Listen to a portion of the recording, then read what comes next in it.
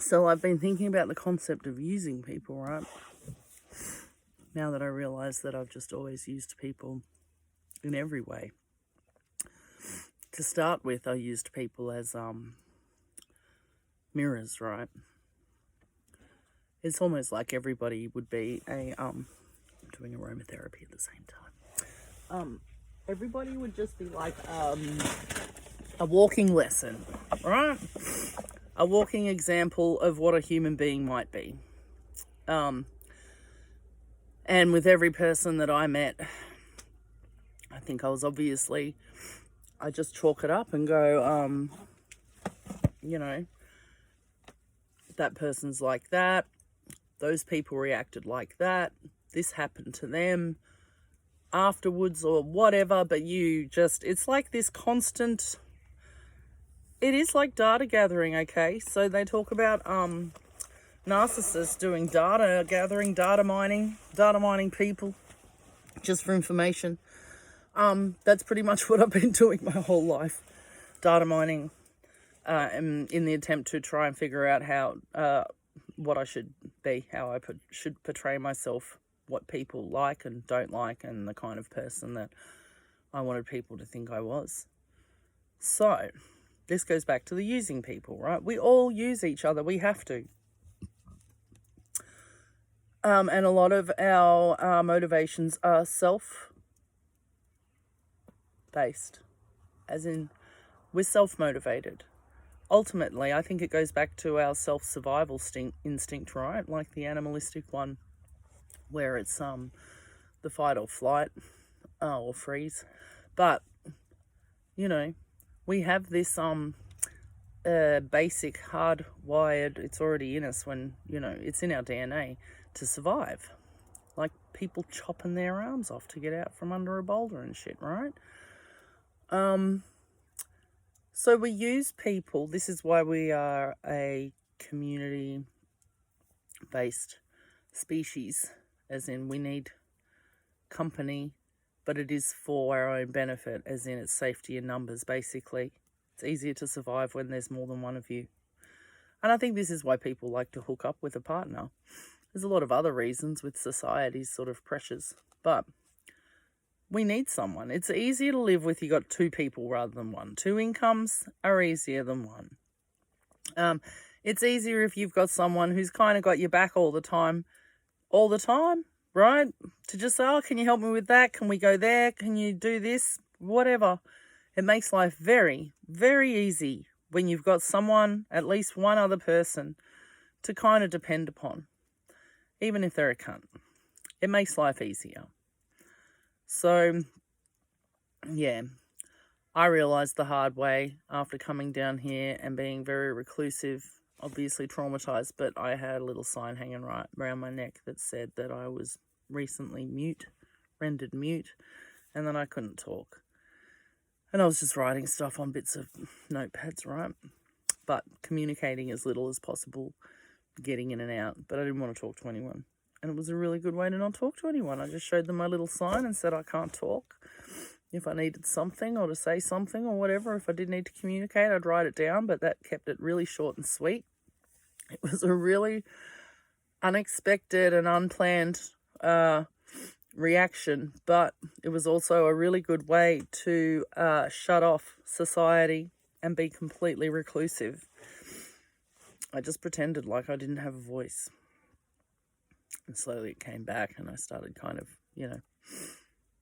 in the end I said that I'd prayed to Jesus. Well, this is what I told a couple of people who were wankers.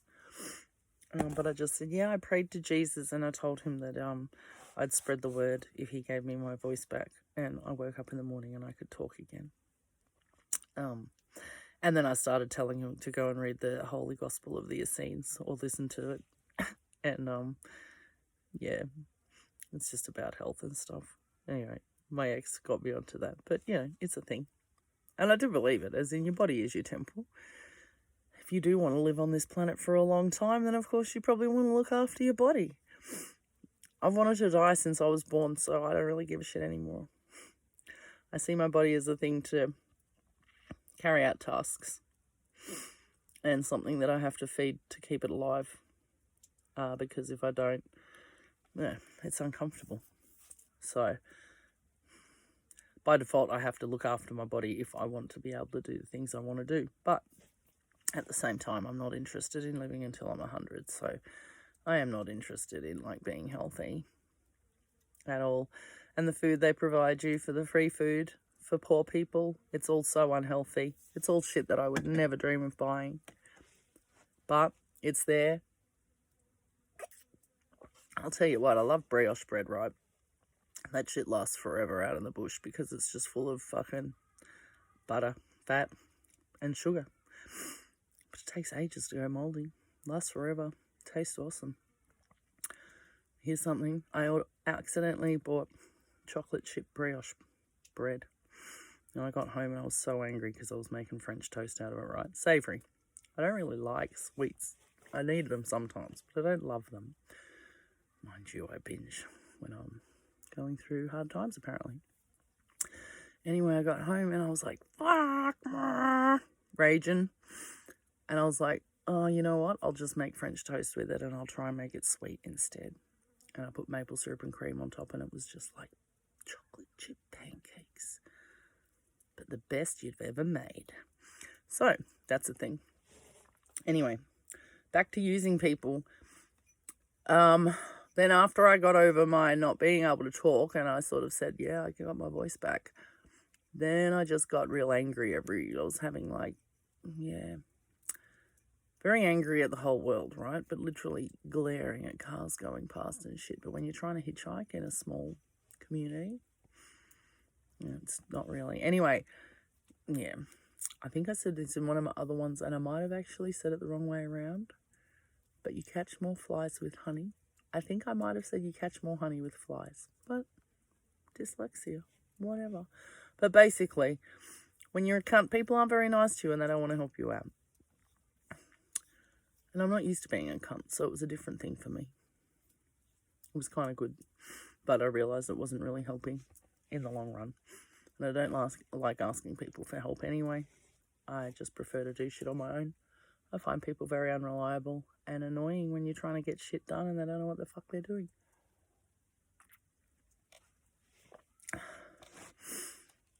So, anyway, I work, well, independently or in a team. No, I just work independently. But you have to use people, right? But now I do the things that I used to do, like making my oils and making people bracelets and things, because I've got stuff left over. I've got beads, I've got jewelry making shit. You know, I got heaps of jewelry that I don't really wear anymore. That's all crystals and that. But like, you know, I still have the knowledge, so I will still do these nice things for people. But it's coming from a different place now that I know why I'm doing it. It's like the quid pro quo with Hannibal. You know, you do something for me, I'll do something for you. You scratch my back, I'll scratch yours. And that's pretty much how it operates. It's how it operates in a community. Everyone's supposed to be scratching each other's back every now and then. I love having someone draw on my back. I miss that. So yeah, we use people for everything. But I've realised now that for me it was a completely different. It wasn't probably now a lot of people are probably like me now, let's face it. But it wasn't what your average person would think is the normal reason for doing nice acts and being there for someone and being a friend. Being generous. You know, I found that actually, this is something interesting, is that I would always say, I'm always thinking of other people, you know? And it's true. And I thought that was this empath thing from being traumatized, that, you know, just because I had such little self-worth that I was always putting other people first. But it's not that at all. I was always on the lookout for a way to try and impress somebody, because they were always in my mind, because I needed to prove something to them.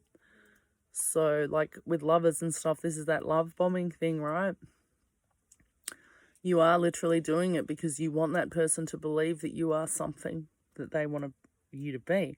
This is why it's such a bad mix for a psychopath to be with a narcissist. Because the narcissist takes an image, gets a picture of the person for whatever reason, and that stays. So before they kind of start the, approach, they've already kind of decided that you are this kind of person. Or when they meet you, right, they gather some info and they go, that's you. I've got that person pegged. That's part of their megalomania and thinking that they know everything about everyone, right? They fool themselves and go really quickly, yep, I know exactly what that person is, where they're coming from, what makes them tick. They're mine. Psychopath doesn't know who they are, generally, right?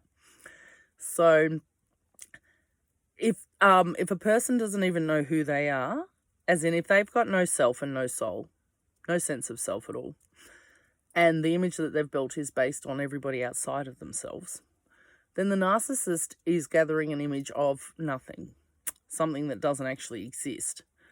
So the psychopath then goes with the narcissist and tries to live up to this image that they've built of them, right? But once they're together, the narcissist wants to break that image down. So then it's this vicious circle where the psychopath keeps just trying to make themselves look better, but the narcissist is trying to devalue the right. So it just doesn't, it goes to where it goes, which is not a good place. Seriously. Not a good place for either of them. So yeah, it's interesting, right? It's very interesting now looking at this concept of using people, but now from my point of view, I'm realizing that I never would have said I was a user either. That was the other thing. Like I did the thing where I said, I'm not a thief. I never ever would have said, I don't use people. I'd be like, no, I care for people and I enjoy their company. I'll help anyone out. I like to make people feel good. It makes me feel good when I make other people feel good. It's all backwards, right? I was just trying to make other people feel good because I thought it was the right thing to do. That's simple. My brain was just trying to do the right thing all the time. And that's probably why I came across as being such a nice person, but too nice. Too friendly, too trusting, gullible, naive, ignorant, regardless of the fact that I really should have known better with what I'd grown up with a lot of things. I should have known people better. And I used to say that to myself, why? So I kept getting myself into these situations and I'd be like, why does this keep happening? Like, why? Yeah. Why are people so bad?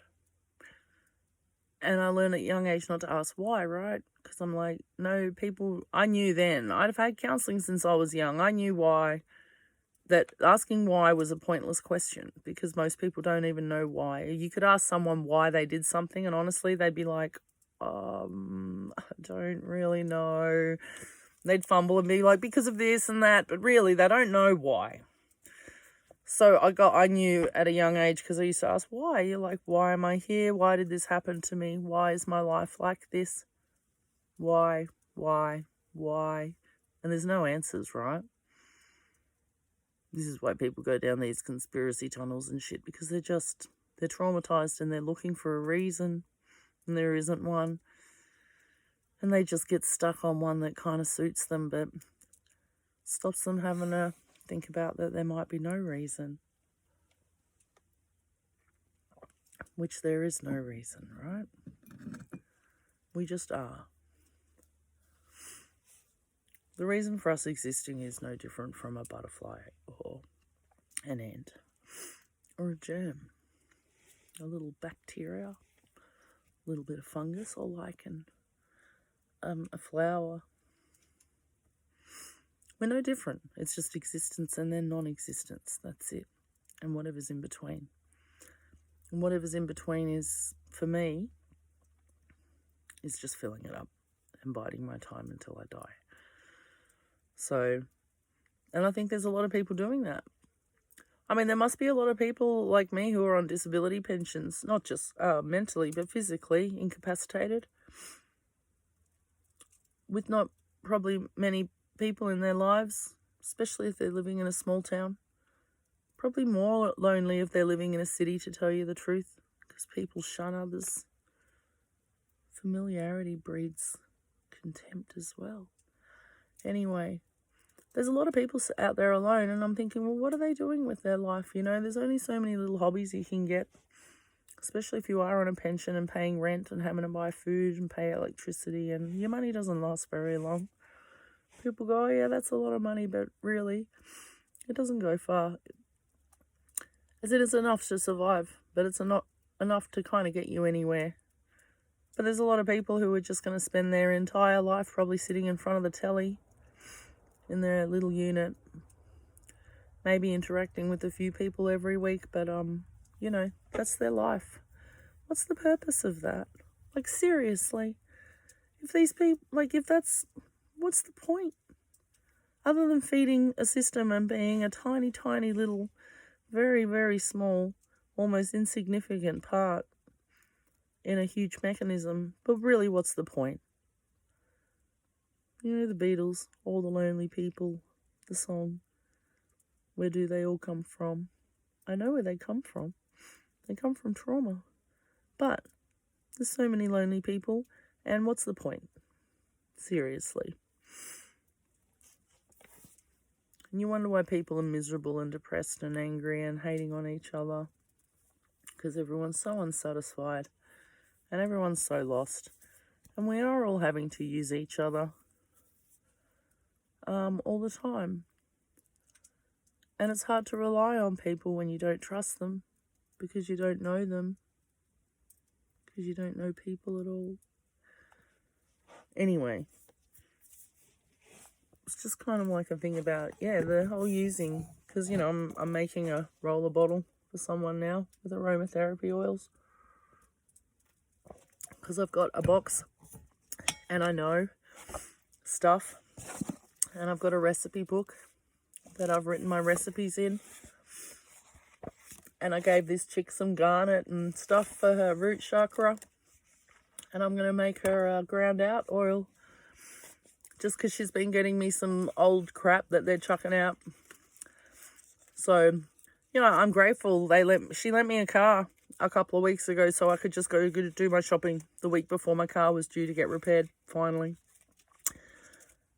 And that was really nice, as in it made my day so much easier.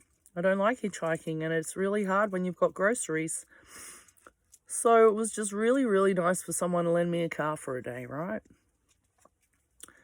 And I do appreciate it in that it made my life easier. So I then, you know, made her up a whole heap of bracelets, because I had all these jars of beads sitting out in the bush on my pathway. So I just went and gathered them up, and I got out my jewelry making stuff, and I just made her some stretchy bracelets. But I don't do the whole this will do this and this will do that now. I just say, look, you look it up. I just made you what is supposed to probably help from what you told me and from what I know and from what I've got. But past that, I just go, I don't know about it. I don't know if it works. It's up to you. I'm really just making them because I'm bored and I like making things. I find doing things with hands is interesting. Making things is interesting. So I use my body as I can, and I make stuff. Keeps me from being bored. But then by default, I can give that to somebody else, and then that's that quid pro quo, like they're doing something for me because they want something from me, whatever that is. I don't care. They don't even know, so it's not worth worrying about. But if they want to help me for whatever reason and they're getting something out of it, that's fine. And then I'm happy to do something back for them just to keep that thing going, right? And they see it as a nice thing. Whether they're a psychopath or a narcissist or anything, it's still an exchange, right? It's this, I give you something, you give me something, I do something for you, you do something for me. I scratch your back, you scratch my back, whatever. And we're all doing it, right? You can't deny it. There's some people that would just do nice things for people because it makes them feel good. They're a psychopath. So yeah, using people. It's just something to reflect on. I never thought I was a thief, and I never ever would have considered myself a user. But we all are. But when you really reflect on it and think about it from a perspective of having no self and not knowing who you are, what the hell am I using people for, right? If I don't even know who I am and what I like, or, you know, if I don't have any likes or dislikes of my own because I'm basing my whole personality on other people, well, what's the point of using people anyway? Because I don't even know what they have to give me. So I really think that it just comes down to me using people as a front, having these friends, people that could probably help me out. I don't know, it obviously worked for them too, so it's not just me, right? It's not like it was a one-way street. They were using me for something, I was using them for something, and that's a friendship. Even if you're just using someone for company, even if you're just using that person for the knowing that you've got a friend because you only talk to them once a fucking year and they live fucking hundreds and thousands of miles away. It's just a knowing that you've got a friend, right? You're still just using them for your own fucking ego boost, hey? And that safety net, knowing that they're going to be there for me if something happens. It's still using someone, right? Yeah, are you just keeping them in your back pocket like an ace in your fucking hole? Whatever they say. Hold, is it? I don't know. But, you know what I mean? You're holding on to someone just in case. That's narcissistic. Completely narcissistic. But I can see the value in it now. So I was a psychopath that didn't know she was a psychopath or had very strong psychopathic tendencies, and has been with narcissists forever. And some really bad ones. From my childhood, from my adult life, like really bad ones. They gravitate to illegal activities. So, and now I've realised all these things and I've kind of learnt my lessons for sure. The first time ever, I kind of know what's going on with me and everyone else now. It's just good. And I've learnt how to be a narcissist because you kind of have to. But you can't help it. They reckon you catch it from being with a narcissist. If you're with a toxic, destructive, malicious narcissist in a relationship and you do fall in love and you move in together, it's bad. And by the time it's over, you're pretty much guaranteed that you're going to have narcissistic, very strong narcissistic qualities. I don't know whether they stick forever. They say the trust and the empathy is something that you never rebuild. So I'm assuming that you may be permanently damaged. I was already permanently damaged anyway. So it's just, it's interesting now to see it all. I can see it all for what it was.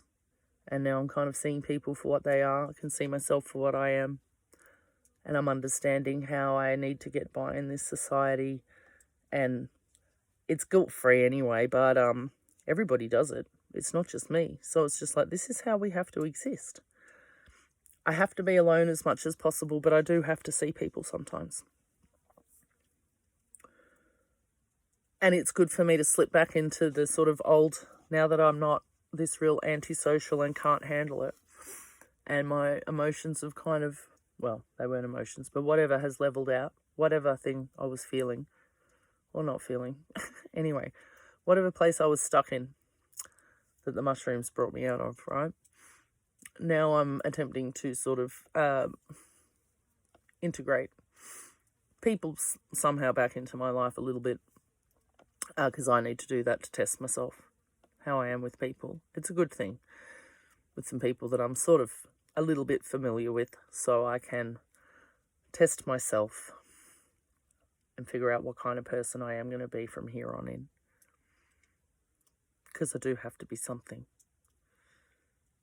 So, but that's literally it. I'm just trying now to figure out how I'm going to portray myself. And I'm different all the time, but it'll be an ongoing process. And eventually, I guess I'll probably settle on the kind of person that I think I should be. And that's what I might remain as for the rest of my life. Or I'll just keep doing the chameleon thing and changing. But if I'm on my own, it doesn't matter. If there's no one to mimic, I can't mimic, right?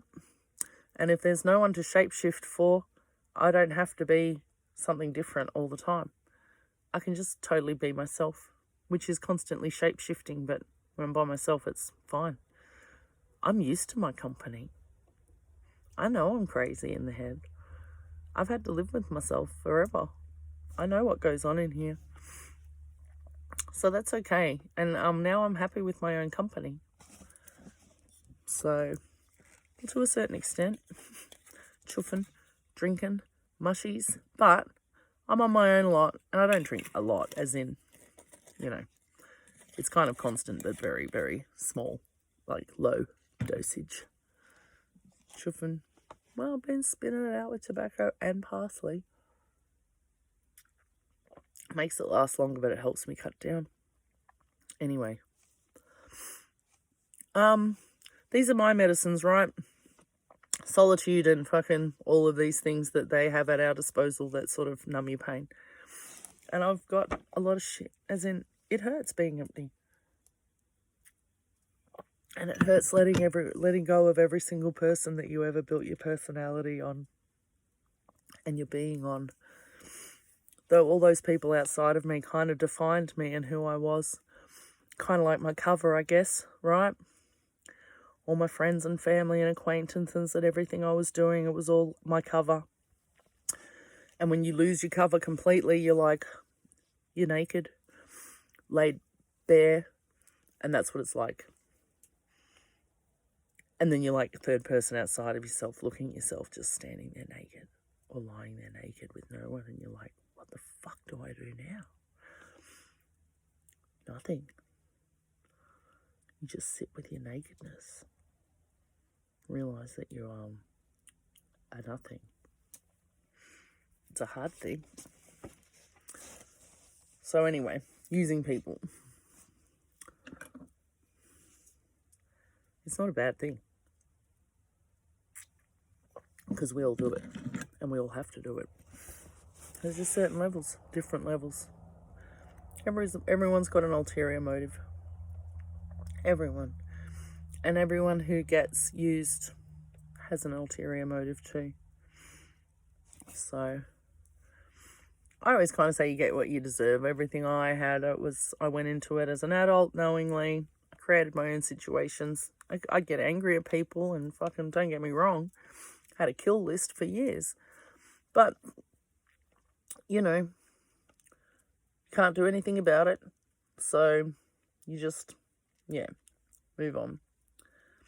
Anyway, now I got completely off track. This is what happens when I talk about it. Anything that slightly relates to anything that fucking was bad. So yeah, it's not a bad thing, using people. And I think if you're aware of what you're doing, it's probably smart. You're better off to be aware of what people want and what makes them tick, if you can. But they usually don't. But just be aware that you're all using each other. And if you're a psychopath that beats yourself up over using people, just stop it. Because you're a psychopath and you have to use people to create your image. So just keep doing it. If you want to keep doing nice things for people so that you're building this nice persona, just keep doing it. It's a good cover. You need a cover. You need to project an image that people see. And then let them internalize your externalized object of what you want them to see. And that's not going to change. So this was first impressions do make a difference. So think about it. Think about the impression you're making and then actually put your mind to it. Right? Really work at it. It's the only way to go. You have to manipulate people. Everyone's manipulating you. And they don't even know it. And everyone's allowing themselves to be manipulated and they don't even know it. It's a very strange dynamic we have in our societies. Leaves me in a little bit of a quandary sometimes, but I don't, like I said, there is no why. There is no answer. It just is.